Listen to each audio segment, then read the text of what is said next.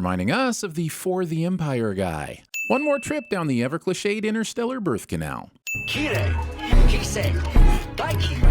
Making me check my language settings while cursing the franchise for so few of these interesting training scenes. Enough to get by? Barely. Hey, listen here, Discount Davros. Not every droid in this series needs to be in competition for the title of Sassy One. How about Zatoichi? For a long time ago in a galaxy far, far away, there are certainly a lot of references to a Japanese culture that hasn't even existed yet. Your skill with a weapon comes from your Mandalorian upbringing.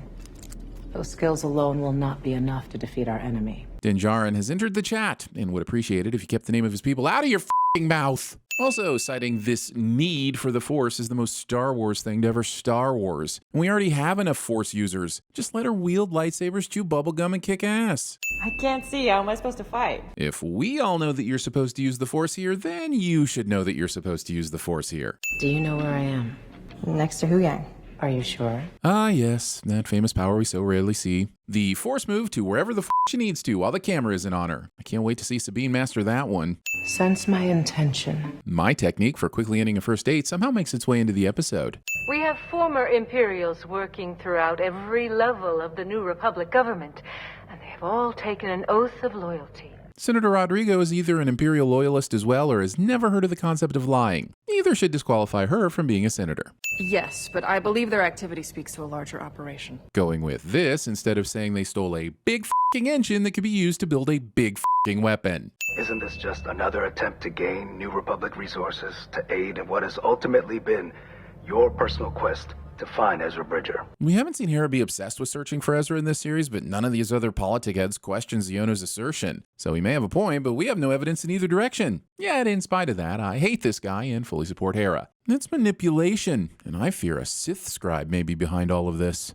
Where did you hear that? Chopper told me. Word on the street is that Chopper's committed several war crimes. You know, just things to consider before enlisting them for babysitting duty. I was hoping that the urgency of our situation could expedite my training a bit. What does that even mean? And why does Sabine think that that's something that could even happen? You spend 5 minutes on any group project with a Jedi, and you catch on pretty quickly that this is going to be a long, drawn-out process with no distinct beginning or end. They're not even sure what the goal is half the time. How do you expect them to expedite it?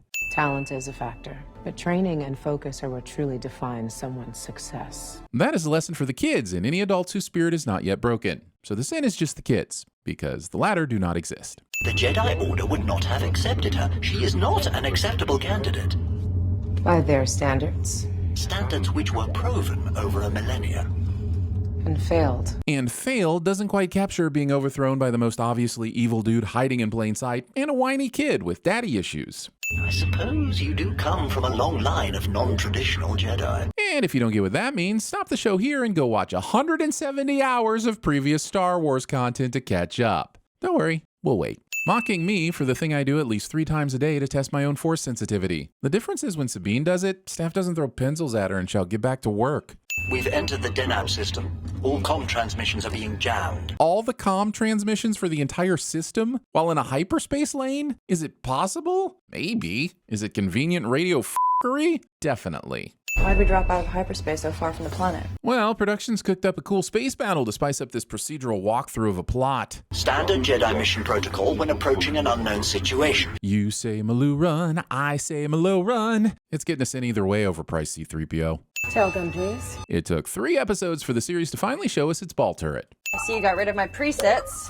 I never needed them. Come on, no one ever deletes presets. Leave them there to languish for an eternity in a restless slumber. This is so much like a World War II air battle that it doesn't feel like space at all. Is there air? We don't know. Lucky or unlucky for Sabine, all the fighters seem dead set on flying directly at the tail gunner position. Feast or famine, am I right? The way you're both acting, there won't be a later. Oh, relax, Hu Yang. This is only episode 3. You can panic when they're still doing this by episode 7 or 8. Dive, as a directional command, makes very little sense in space and is not nearly as sexy as change orientation with a 90-degree pitch down maneuver using a propulsive burn. We got 2 more incoming. Dead ahead. And given the fact that no forward weapons are fired, I guess this ship has no front guns? And given the fact that these fighters hit absolutely nothing, I guess they're former stormtroopers? Woo! I got one! And murder is fun? Hey, Scene, why are you being this way? I am starting to receive data. Title of my Trex tape? How interesting.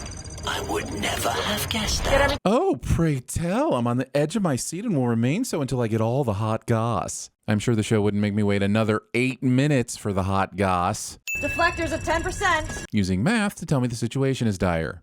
Scan complete. Destroyed. Well, get the Force out of here with this brief moment it did the title character just die in episode 3. Just force right off with that bantha fodder, assholes. This ship is damaged and not moving. They don't need to keep flying by so fast like that. Pump the brakes and line up your shot. Also, can Ahsoka even get the high ground in outer space? Damn prequel memes. Subreddits have ruined me. Well, that was pretty freaking cool. Go ahead, take your sim back. A lot of effort was just put into trying to kill Ahsoka instead of blowing up the ship, and that made no sense. Forget about the Eagles. I want to know why they didn't fly the Purgle to Mordor. Just kidding, I know this isn't Harry Potter. I've got an opening. We all do. Everybody poops. They must be hiding in the forest. Let's regroup. Episode takes the idea of scanning for life forms or heat signatures out of its pocket and looks at it fondly for a second and then throws it out of the car onto the highway, just like I did with my brother's baseball glove when I was 5. A craft with these power levels and configuration would be capable of a hyperspace jump of astonishing speed and distance. Episode uses astonishing speed and distance like it's worried about Kessel running itself into a corner. The Jedi archives speak of intergalactic hyperspace lanes between galaxies, which used to follow the migration paths of star whales named Purgle. Droid-splaining your Jedi archives position. Jedi have taken refuge in the forest. Hunt them down. I'm going to keep staring at this hinge, because rocks, man, how do they work? That's no ordinary space whale! Unfortunately, I won't be joining you for this one. And neither will the fleet. What? Say what again? All comm transmissions are being jammed. Boring conversation anyway. Whoa, I got one! Great kid! Don't get cocky! If I had to guess, I would say it is some sort of hyperspace ring. Or Nuva ring. There they are. They're listing lazily to the left. Go left, left! Work fast. I'm going out there. Gonna do what?